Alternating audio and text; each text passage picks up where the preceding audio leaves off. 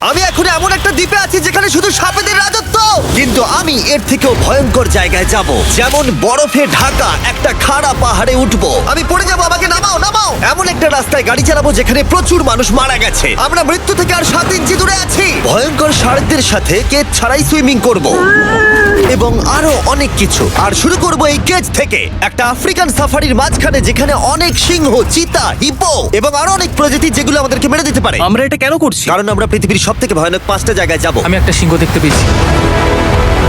ও মাই god, এটা আমরা কেন করছি? আর যাতে সিংহরা আমাদের কাছাকাছি আসে তাই আমি অনেক মাংস এনেছি। এবং কেজের চারপাশেও ঝুলিয়ে দেব। ভাই আমরা বেঁচে ফিরবো তো? কিন্তু আসলে যে কারণে এই জায়গাটা বেশি ভয়ঙ্কর সেটা হলো সূর্য ডুবে যাবার পরে আমরা দেখতে পাই না, কিন্তু ওরা দেখতে পায়। জিমি, ওদিকে দুটো সিংহ রয়েছে। এই শব্দটা তো কণ্ঠারের মতো লাগছে। না, এটা বিশাল ভাই। সবকিছু রাতে বেরোয় কেন?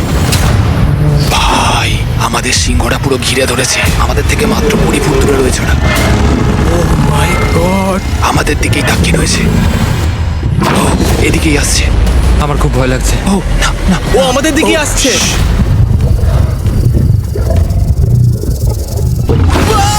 সিংহগুলো আমাদের চারপাশে ঘুরেই যাচ্ছিল। আমরা হয়তো এই ভিডিওটা করতে গিয়ে মারাই যাবো। আর এটা তো সবে শুরু, কারণ এই ভিডিওতে পরের জায়গাগুলো আগের জায়গার থেকে আরো অনেক বেশি ভয়ানক হতে চলেছে। শেষে থাকবে এমন একটা দ্বীপ যেটা সম্পূর্ণ বিষাক্ত সাপে ভরা। আর এবার আমরা আইস ক্লাইম্ব করব একটা বিশাল ভয়ানক ঠান্ডায় জমে যাওয়া জলপ্রপাতে।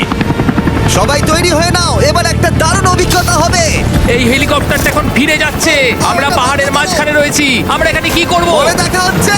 এখন আমরা আইস ক্লাইম্ব করার জন্য তৈরি, আর এখান থেকে ফিরে আসার কোনো উপায় নেই। এই দুটোর মধ্যে যে কোনো একটা পথ দিয়ে এই বিশাল খাড়া পাহাড়ে উঠতে হবে এই ব্লেডেড বুটস আর এই আইস পিক্সের সাহায্যে। আমার জীবনে করা এটা সবথেকে ভয়ানক জিনিস। আমার জন্য প্রার্থনা করো। জিমি, তুমি চাও আমরা এই পাহাড়টায় চড়ে ওপরে উঠি?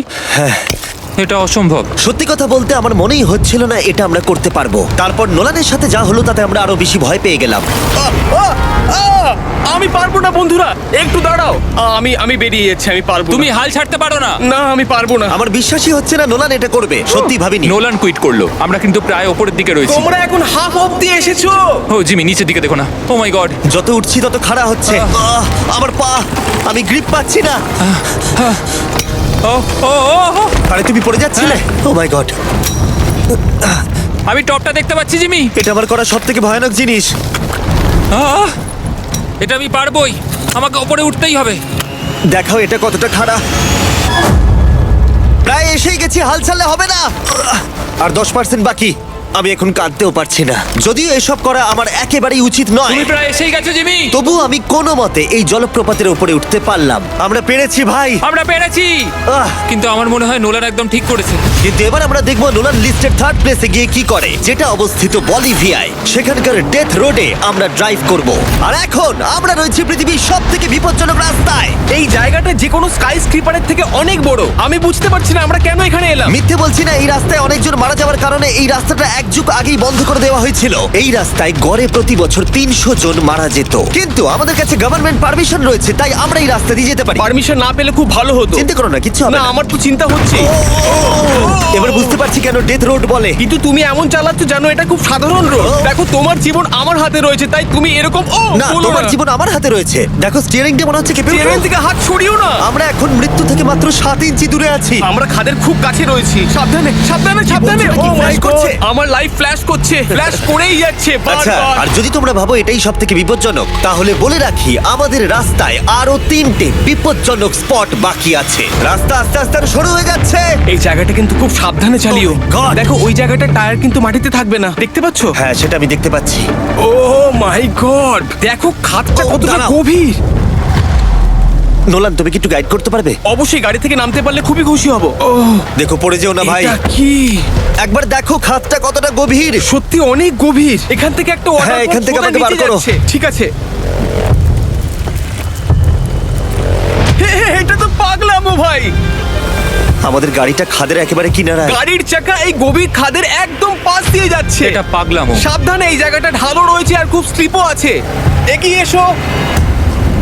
নোলান, তুমি একেবারেই ডিরেকশন দিতে পারো না। আসলে আমি এখন চেষ্টা করছি গাড়ি থেকে বাইরে থাকার, অত ভালো ডিরেকশন আমি দিতে পারি না। তুমি ভিতরে ঢুকে পারো, কিচ্ছু পারছো না তুমি। ঠিক আছে। তাড়াতাড়ি বসো, এবার আমি স্পিড তুলবো। নোলান, তুমি কি জানো এই রাইডে কি করলে বেশি মজা হবে? কি? আমাদের ব্র্যান্ড নিউ ফেস্টিভ্যাল স্ক্রিমি পিনাট বাটার কাপ খেলে। ও, আমি ভাবলাম তুমি বলবে গাড়ি আসতে চালালে। না, ও মাই ফগ গড। অনেকটাই বেড়ে যাচ্ছে, সামনে ঠিকঠাক দেখা যাচ্ছে না। রাস্তার বেশ কিছু অংশ একেবারেই সাধারণ, কিন্তু বলিভিয়াতে ওয়েদার খুব তাড়াতাড়ি চেঞ্জ হবার কারণে হঠাৎ প্রচুর কুয়াশা মৃত্যুদূত হিসেবে সামনে চলে আসে। আরে দাঁড়াও দাঁড়াও দাঁড়াও দাঁড়াও দাঁড়াও দাঁড়াও, আমরা ধারে চলে এসেছি। আমি ভালো করেছি তো? না, আরেকটু হলে কিন্তু আমরা পড়ে যেতাম, খাদের খুব কাছে আছি। ঠিক আছে, তাহলে এদিক দিয়ে বের করি। ঠিক আছে, একটু দূর দিয়ে চলো। হ্যাঁ আরে, ঠিক আছে। ওটা কিসের আওয়াজ হচ্ছে? আমরা অনেক কাছ দিয়ে যাচ্ছি। আমি ভাবলাম সবকিছু একসাথে মিক্স করি আর বের করি আমাদের নিজেদের ফেস্টিভ্যাল কাপ। এই কাপের সব থেকে ভালো জিনিস হলো আমরা পিনাট বাটার জার থেকে সরাসরি বের করে ইউজ করি। দেখো কতটা জ্যাব আছে, এটা দারুণ খেতে।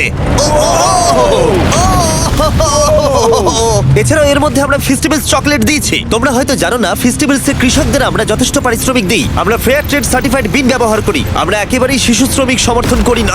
ও মাই গড, এই তিনটে জিনিসই কোনো আমেরিকান চকলেট কোম্পানি করে না। নোল্যান্ড, হ্যাঁ এক যুগ তো কেটে গেছে, দেখে নাও ব্রিজটা ঠিকঠাক আছে কিনা। ঠিক আছে। আমি শিওর হতে চাই যে এটা ভেঙে পড়বে কিনা, কারণ আমি মরতে চাই না। নোলান, ব্রিজটা পরীক্ষা করো, সব ঠিক আছে? হ্যাঁ ঠিক আছে। বিগ চকলেট তাদের কৃষকদের মজুরি কম দেয় আর শিশুদের দিয়ে কাজ করায়। শুধুমাত্র পশ্চিম আফ্রিকাতেই লক্ষ লক্ষ শিশু শ্রমিক রয়েছে যারা কোকো ফার্মে কাজ করে। তাই তোমাদের এটা খাওয়া উচিত শুধুমাত্র স্বাদে দারুণ বলেই নয়, বরং চকলেট ইন্ডাস্ট্রিকে একটা বার্তা দেওয়ার জন্য। তোমাদের কৃষকদের যথেষ্ট পারিশ্রমিক দাও আর শিশু শ্রমিক প্রতিকার করো।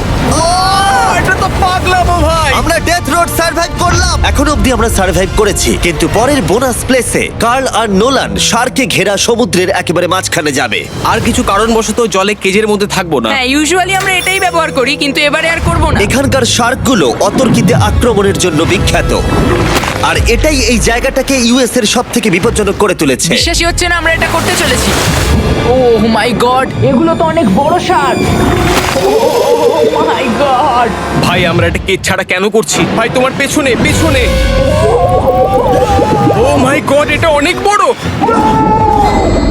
নোলান, এক্ষুনি ভাই নামো। আমার ইচ্ছা করছে না, আমি যেতে চাই না। সত্যি আমি মরতে চাই না ভাই, মরতে চাই না। ও মাই গড, এটা তো অনেক বড়। ঠিক আছে ঠিক আছে ভাই, এই শার্কগুলো তো দ্বিগুণ বড়। আমি আর যাচ্ছি না, হয়ে গেছে। কিন্তু দ্বিতীয় বিপজ্জনক জায়গার কাছে এটা কিছুই নয়, যেটা অবস্থিত অ্যামাজন রেন ফরেস্টের একেবারে মাঝখানে।